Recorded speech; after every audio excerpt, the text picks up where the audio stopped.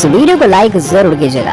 दोस्तों, बांग्लादेश और भारत के बीच एक ऐसा मैच खेला गया जिसमें सबको हिलाकर रख दिया। इस मुकाबले में टीम इंडिया लगभग मुकाबला हार चुकी थी, जीत नामुमकिन सी लग रही थी, लेकिन फिर सूर्या ने अपने बल्ले से तबाही मचाते हुए जिस तरीके से बांग्लादेश के जबड़े से जीत छीनकर भारत को सीधा सेमीफाइनल का टिकट कटवाया है, उसका वीडियो तो हम आपको दिखाएंगे। साथ ही साथ कैसा रहा टीम इंडिया के बाकी खिलाड़ियों का प्रदर्शन, ऋषभ पंत ने कैसे बल्ले से मचाया कोहराम और क्या रही इस मुकाबले की पूरी हाईलाइट, वो सब तो हम आपको दिखाएंगे। लेकिन उससे पहले आप सभी को क्या लगता है कि विराट कोहली सूर्या में से कौन है खतरनाक बल्लेबाज? इस बात का जवाब नीचे में कमेंट सेक्शन में जरूर दीजिएगा।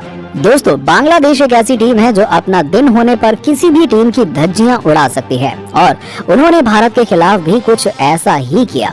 जिम्बाब्वे को हराने के बाद अचानक से अपने आत्मविश्वास को आसमान की बुलंदियों पर पहुंचाते हुए जिस तरीके से बांग्लादेशी खिलाड़ियों ने टीम इंडिया को हैरान किया है, उसे देखकर दुनिया का हर क्रिकेट फैन दंग रह गया।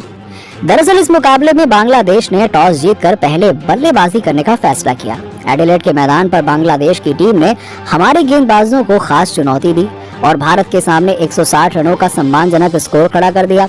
ऑस्ट्रेलिया में 160 रन बनाना भी मुश्किल काम है, ऐसे में भारत को अच्छी बल्लेबाजी की जरूरत थी।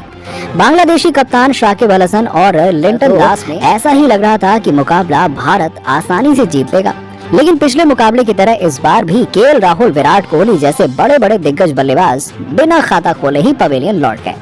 तस्कीन अहमद ने इन दोनों ही बल्लेबाजों को अपना शिकार बनाया। अब 160 रनों का लक्ष्य 200 रनों का दिखने लगा था। अचानक से भारत इस मुकाबले से बाहर होता हुआ दिखाई दिया, लेकिन कप्तान रोहित कर रहे थे ऋषभ पंत। जी हाँ, इस मुकाबले में सूर्या को नंबर 4 पर खिलाने की बजाय रोहित ने पंत को मौका दिया और उनका ये पैतरा काम कर गया। कैप्टन रोहित के साथ धाकड़ विकेटकीपर बल्लेबाज ने भारतीय पारी को आगे बढ़ाना शुरू कर दिया और एक तरफ से रोहित ने मोर्चा संभाला तो दूसरी तरफ से पंत ने पिटाई करने की जिम्मेदारी, और दोनों ही बल्लेबाज देखते ही देखते 10 ओवरों के बाद टीम इंडिया को 80 रनों के पार पहुंचा दिया। रोहित जहां 30 रनों पर बल्लेबाजी कर रहे थे तो वहीं दूसरी तरफ ऋषभ पंत ने भी, आपको बता दें कि 12वें ओवर में ऋषभ पंत ने 2 छक्के के साथ धमाकेदार अर्धशतक पूरा किया और आपको बता दें कि उन्हें बाहर करने का फैसला रोहित शर्मा का कितना गलत था।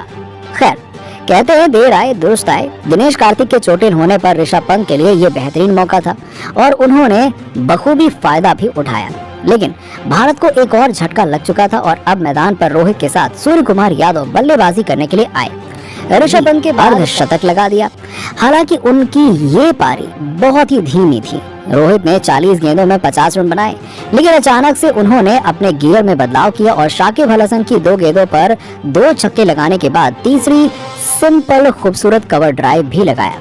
आपको बता दें कि अब लग रहा था कि रोहित और सूर्या आसानी से भारत को मैच जिता देंगे। बहुत ही बड़ी तेजी से पलटने वाला था, क्योंकि बांग्लादेशी कप्तान साकिब ने अपने एक ही ओवर में रोहित और बल्लेबाजी करने आए हार्दिक पांड्या को आउट करके पवेलियन की राह दिखा दी। आसानी से जीत रहे इस मैच को भारत के लिए साकिब ने एक ही ओवर में पलट दिया और भारत को बैकफुट पर धकेल दिया।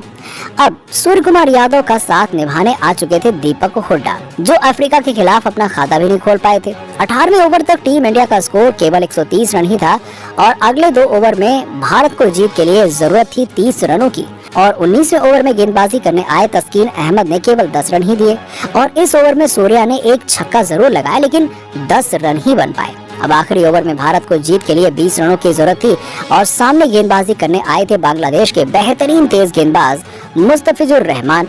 उनकी पहली ही गेंद पर दीपक हुड्डा कुछ खास नहीं कर पाए। गेंद सीधे विकेटकीपर के हाथ में चली गई और अब 5 गेंदों पर 20 रनों की दरकार थी। दीपक भारत की हार का विलन बनता हुआ नजर आ रहे थे, लेकिन तभी उन्होंने दूसरे ही गेंद पर एक ऐसा छक्का लगाया कि गेंद सीधा स्टेडियम के बाहर चली गई और सन्नाटा छा गया।